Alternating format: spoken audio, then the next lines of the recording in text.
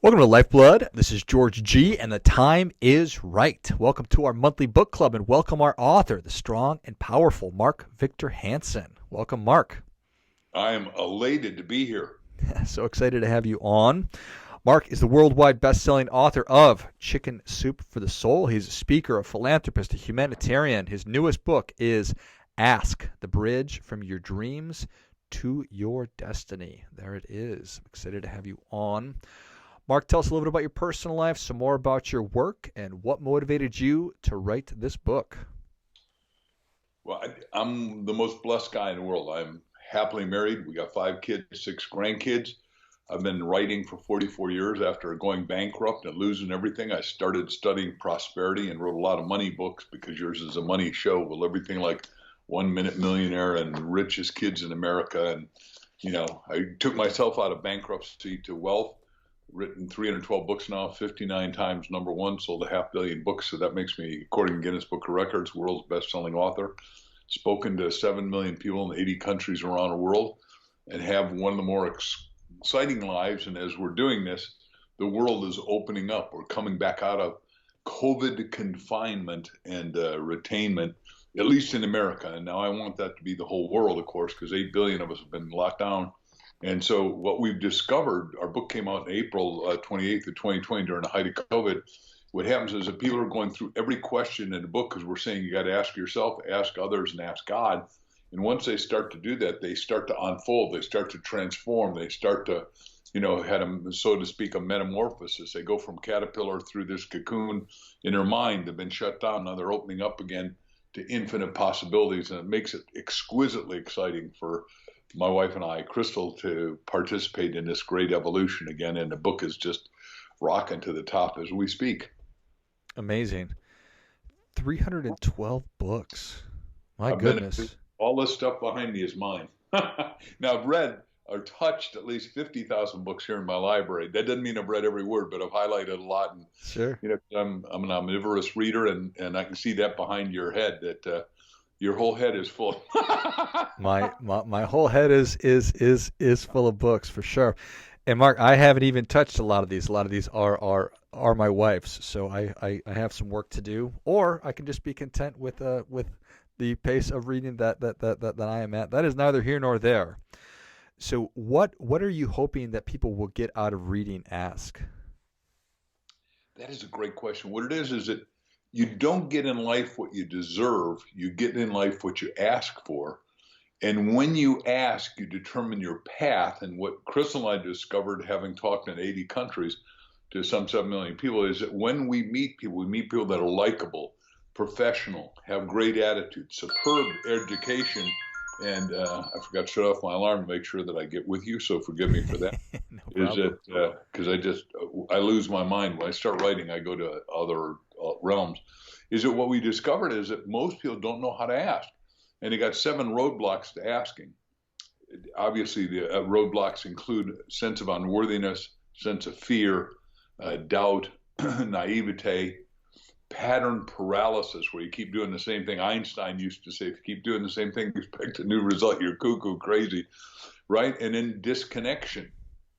And what we said is that, wow, what if we could get people to really ask? I mean, when I was bankrupt, I started to ask for talks, and I, went around and did all these great talks to little audiences, and then people started asking me, "You're such a great storyteller. Do you have that in a book?"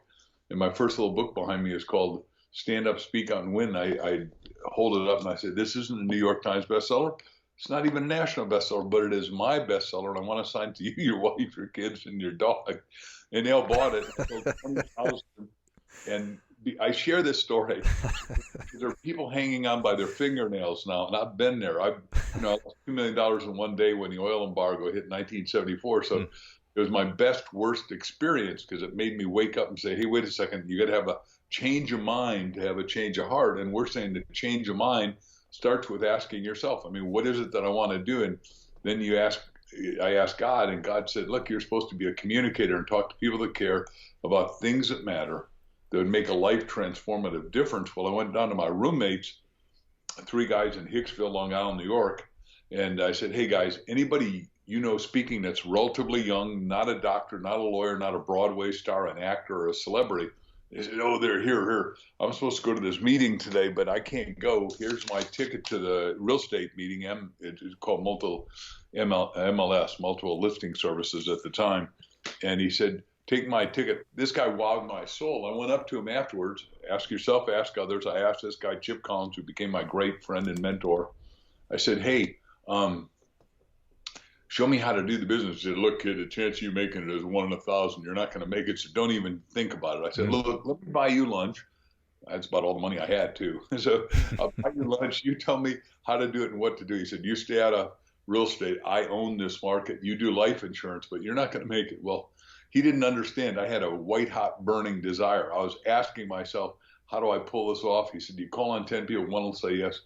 End of the day, guy at New York Life, he was very substantive, maybe weighed 450 pounds, and he was wonderful. And he said, "Hey, Mark, I'm a number one guy. My name's Tony. I'm number one with a number one company in the insurance business in the world, Metropolitan. Here's the list."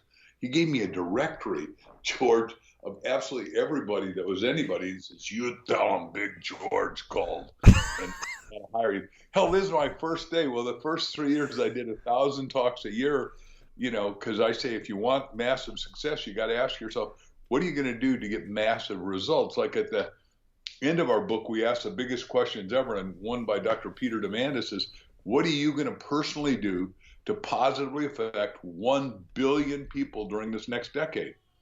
Well, what I'm going to do is I'm going to finish selling my books. I'm halfway to my goal. I'm going to sell 1 billion books. Nobody's ever done that. And I just was on, I hope I'm not going too long. I'll do this one last thing and You're let you good. ask another question. But I'm on Amazon bestseller interview a couple of days ago, and the guy starts out by saying, "Mark, you are the Roger Bannister of books." And I said, "Wow, that is a compliment I've never heard before. I really like that compliment." You remember who Roger Bannister was, George? Sure. First man to run the 4-minute mile. Yeah, but do you know the next week, because it changed belief system by asking, could somebody run a 4-minute mile? Because your heart will jump out of your chest, you'll die instantly. He was a medical doctor in 1953. The point is, 119 people did it the next week, because once the barrier's broken, it's done. Just like in money, because you're dealing with a money show here. We had one company break $1 trillion. Now we got 4, and we're going to have a 5th one purportedly this week. I don't know that that's true, but it's exciting because once I've broken the barrier to sell 500 million books, like if you're an author, I want you to try to do it too, and usurp me, supplant me, outsell me, outserve. And what I want to do is get everyone to read, because when you read and think more, you live more and learn more. And our book Ask is the wake up book that people are having all around the world, literally all around the world, I'm thankful to say. So is it a function of being afraid to ask for what I want? Is it a function of I don't understand how to ask for what I want? I don't know what I want? All 3 of those. Wow, that is your great thinking on your part. You've had great tutelage with your wife, sir. Amen. Me too. The point is, you're crushed starting as a young person. Little kids, and like I said, we had 6 grandkids. They ask who, what, where, when, why, how. And when Crystal and I are with any of the grandkids, and they have a sleepover here in our place in Scottsdale once a month each, right, alone, and we get to spend time. They can ask anything. And when our book was starting, 2 years ago, we were in Hawaii on vacation when you could still do such things. And I get a little call, and it says from a Gizmo watch. And for our little 6-year-old Everett, for Christmas, had gotten a Gizmo watch. You remember the Dick Tracy watch you talk into? Sure. I don't know if you have any children or not, but he calls up, and he can only call his parents and grandparents, right? So I knew who it was immediately. He said, "Grampy?" I said, "Yeah." He said, "Are you alone?" I said, "I'm with Mimi." That's the name she goes by. I said, "We're alone." "Yeah. What do you want?" "We're on the beach." He said, "You know those books you write?" I said, "Yeah." "Which ones?" "The Chicken Soup for the Soul." He said, "Are you still writing?" I said, "I'm always going to write for the rest of my life, son." He said, "Can I write the next book with you?" And the point is, he's not afraid. So we put his whole story in, and he's very precocious. He's gifted. He's in gifted classes. And I mean, the kid is just beyond. But and he reads omnivorously. The point is, I think he'll grow up not being afraid. But most kids are saying, forgive me, I'm going to pick you as our By all case. means. George, quit asking so dang many questions. Can't you shut up? And then you go to school and the teacher says, George, I'm the teacher. You just sit here and listen. And those questions about why is the moon and the sun out at the same time? They're not, George. The sun's out and the moon's, they are out at the same time. You've seen them, but she says no. And then you go into the military, you go into business, and they say, come on, George, just do what you're told. Have you ever felt that way? And Of course. your spirit gets crushed. And what we're saying is I've never said this before, uncrush the human spirit, and it's released with questions, because ask and you shall receive is a spiritual admonition. But when you start to ask, you get illumination, you get insight, you get intuition, you get solution. And the other thing is, when I was in graduate school with Bucky Fuller, Einstein's best student now, as far as I'm concerned, Dr. Fuller would walk down the street and he'd say, you know what kind of tree that is? And I say, no. And he said, just watch what happens. And what happens is, any question you ask yourself, you get an answer. 3 days later, a guy's saying, don't you love those walnut trees? And I go, holy cow. I mean, it's like Bucky was psychic. And that's what questions do. They open you up to the greater, the higher, the fuller potential of your human being, because we're all human becomings. You got to be it before you do it, before you have it. And I believe being starts with questions. Now, you're allowed to say you've done 100 interviews and you don't believe that, and that's okay with me. Oh no, I certainly wouldn't say that. So I think that's incredible, and you're obviously an incredibly thoughtful person. Thank you. So you put the book out into the world. Have you thought about what will make it a success? And it's probably not possible to actually quantify it, but in your mind or your heart, say, if this helps 1,000 people to really change their lives, I think that I can do that. Is it 1,000,000 people to really go beyond their conditioning and to help uncrush their spirits? First of all, I love the question. If it helped one person, and by the way, I can tell you, it already helped Crystal and I when we wrote it. But yesterday, or a couple of days ago, sorry, we got 121 letters in one day with people that have had transformational experiences that are saying, holy cow, I didn't know I was depressed. I didn't know I was despondent. I didn't know I was disconsolate. I was ready to commit suicide because COVID has locked me down and nothing's going right. And all of a sudden your book says, wait a second, the questions you ask yourself determine the future that you're going to get. So I'm remorphing, I'm reimagining my future, because I'm in my mind's eye saying, hey, wait a second, I am not dead. I mean, like right now, the sunshine is out. We're doing this early in the morning when, I don't know when people are listening to it, but the point is, there is 360 degrees of possibility for all of us. I mean, a full circle of possibilities.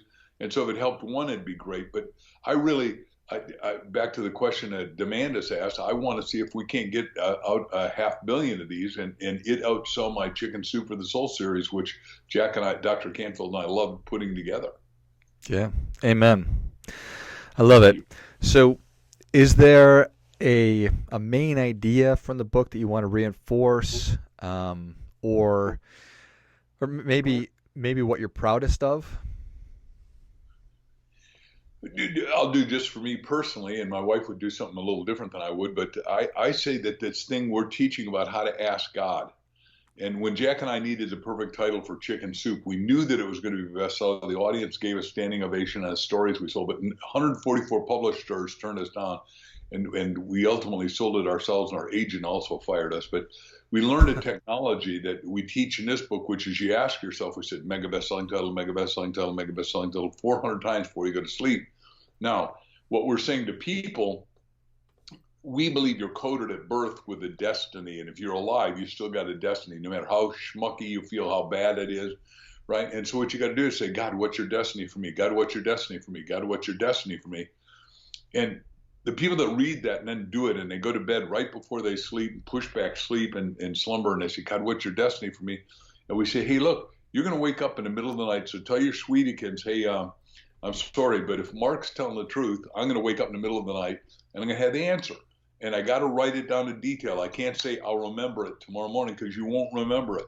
So forgive me I'm going to turn on the light. I'm going to have a notepad by the bed. I'm going to have a dictating machine, whatever you're going to do, but make sure you're prepared, because our friend Abe Lincoln said, preparation guarantees success, right? But this thing about, God, what's your destiny for me? What if everybody, what if I got one person to find their destiny? I've done a great job, back to 2 questions ago. But if we really got 1 billion people to find their destiny, we could turn the ship of state around. And my goal, I got a 100-year goal, of course, because I'm going to live to be 127 with options for renewal. But I wrote down, what if we could get 100% of humanity economically and physically successful? Now, everyone will tell you, come on, George, you know better than that. That can't be done. It's never been done. No, it's never been better than it is right now. And technology for the first time means, like what we're doing right now, everybody can listen to us literally around the world, and we do instant translate, which is one of the many systems.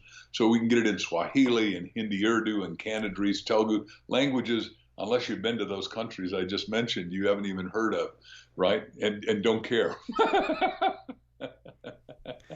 Well, I think that's incredible, and why not ask the question and try, right? Well, the point there is, yesterday I reread the line from Robert Kennedy Jr., who said, I dream of things that were not and ask, why not? Right? And that's what imagination is. Imagination is a front end to realization and materialization. When I was bankrupt, upside down, had no money, had no ability really to speak, and no ability necessarily to become the world's best-selling author, I imagined that I could become world's best-selling author, talk to people, and do what Psalm 72 says, be an influencer of influencers. Solomon said that's the high goal of each of us. That's what you're doing with this great show, being an influencer of influencers, which is marvelous. It's a talent. You're good at it, and the world's going to thank you for it, at least in the future. And, you know. It's bound to happen at some point. So you really believe that when you were just getting started, that you were going to be one of the biggest selling authors, best selling author ever? Yeah. By the way, I didn't go out and announce it, because there's 2 ways of setting. You set goals and keep them quiet until you've got some, this line from the master teacher is, you'll know them by their fruit, by their results, their accomplishments, their achievements, their money, their success, their fame, their goals, their, awards or whatever. But the point is, I didn't have any of that. All I had was white hot burning desire. Every listener you've got has a secret dream in their heart. Let me do it the other way. I'll ask it as a question, because I'm supposed to be asking. Don't you have some secret dreams in your heart that you'd like to fulfill during your lifetime? Yes. Do you think there's anyone out there listening that doesn't have them? No. So if everyone's got them, and they won't even tell their spouse, and they won't tell their kids, and they won't tell, hopefully they've got some confidant. We call it a mastermind partner. And I've got a telephone partner that is, she does 22 million chickens a week. I'm going to encourage you to interview her, Mitzi Purdue. I've never met this woman, and yet she and I have resonating. Obviously, I talk to my wife. We pray and meditate for an hour every day together, and we've done that. But Mitzi Purdue was introduced to me by one of my best friends, and he said, "This is going to be your best friend. I'm here in Abu Dhabi right now, and I met the most brilliant woman other than your wife that you're ever going to meet." And I go, right. And we've read a lot of the same stuff, talked the same stuff, thought the same stuff, and even written a book together. We wrote a little book called How to Be Up and Down Times together by telephone, which is, if you told me, that's what I'm saying, is that we are in a technological time, George, where, because you can ask yourself, how do I pull off stuff that hasn't been pulled off? Because we got to have breakthrough thinking, because we're in a breakdown time. Boy, that's a good line. That is really good. I got to write that line today. Isn't it true, though? Yes, it 100% is. So your agent fired you. 140 plus publishers said no to Chicken Soup for the Soul. What do you think about that now? What do you think about that agent? Is it like, whatever, it doesn't matter to me, or is it like you sort of rub their nose in it? What do you think about that? You're asking phenomenal questions I've never been asked for, so I haven't pondered that, cogitated, or ruminated on it. I have had opportunity to talk to him once, because he came back and said, will you do another book with me? And I said, yeah. I got nothing against him. I mean, by the way, he did a good job. He took us to New York. He got through the big meetings, and all the big guys. I think as I look at it objectively now, what I did that nobody's ever done before is because I asked, right? I interviewed the 101 best-selling fiction, nonfiction authors. Here in Arizona, I interviewed everybody from Clive Cussler to you name it, to Harvey McKay, and Clive's fiction and Harvey's nonfiction, How to Swim with Sharks and Not Get Eaten. And I wrote down, I do it just like I'd ask you. I said, I don't want to tell you, you tell me how to write. You may or may not like my writing. That's, subjective, not objective. Obviously, most people objectively like what I write. But tell me how you market. And I wrote down this business plan, and Jack said, you're telling them we're going to sell 1 billion books? I said, yeah. I said, nobody's ever done it. Why don't we do it? And then we wrote a wall of a business plan that detailed exactly what we're doing, just like I'm doing with Ask. I mean, here I am. Da-da-da-da-da. I'm going to become a speaker. And, and it's fun. And I love interviewing everybody. Scott Peck, Wayne Dyer, Barbara DeAndres, you name it. And they're all kind. And they told me, and they all had different solutions. And when these guys read our business plan, which was multiple pages thick, they went, oh man, this guy's out to lunch. This guy's a cuckoo nut. Right. And a lot of them came back to us and said, boy, that mistake cost us $15 or $20 million. We are really sorry. I personally voted for you, but it was the rest of Simon & Schuster or Random House that thought you were a nutcase. Right. And I go, that's fine. And by the way, that's true of almost everybody that succeeds in writing business. Louis L'Amour got kicked out. Stephen King got kicked out. Danielle Steele didn't make it at first. We're talking about writing giants. Sure. And the same thing happens for Michael Jackson in basketball. They wouldn't let him play, so every morning he got up at 4 o'clock and played until 6, coached by his dad. And, congratulations, right? Yeah, I love it. Well, Mark, thank you so much for coming on. Where can people learn more about you? How can people engage with you? Where can they get a copy of Ask? I would ask everybody to get a copy of Ask, A-S-K, The Bridge from Your Dreams to Your Destiny by my wife, Crystal, my beloved, brilliant wife, and myself, at Amazon, because that's everywhere, or Barnes & Noble if you go in and they're open. A lot of them are open. And then go to askthebookclub.com, and that is our book club, and it's free. And what we want to do is teach people to grow up and become master askers so they get every good thing they want in their life, so they can be who they want to be, do what they want to do, have what they want to have, all with one little word that seems simple, but asking, Crystal and I have discovered, has got to be taught, right? You hear it and it's superficial. You study it, you go deep, and I'll just say we've exampled it with, both of us have come out of the doldrums and the dew and depression and surmounted all that with one mighty tool that everyone has available, but it still has to be eclectically absorbed wisdom. How's that? I love it. Found a saying, Mark, you got to ASK to GET. So that's it. Awesome. Well, if you enjoyed this as much as I did, show Mark your appreciation and share today's show with a friend who also appreciates good ideas and amazing books. Go to Amazon or Barnes & Noble and pick up a copy of Ask, The Bridge from Your Dreams to Your Destiny, and go to askthebookclub.com and join the community. Take advantage of the great resources that Mark and Crystal have built. Thanks again, Mark. Thank you. It's been my pleasure, George. And until next time, keep fighting the good fight, because we are all in this together.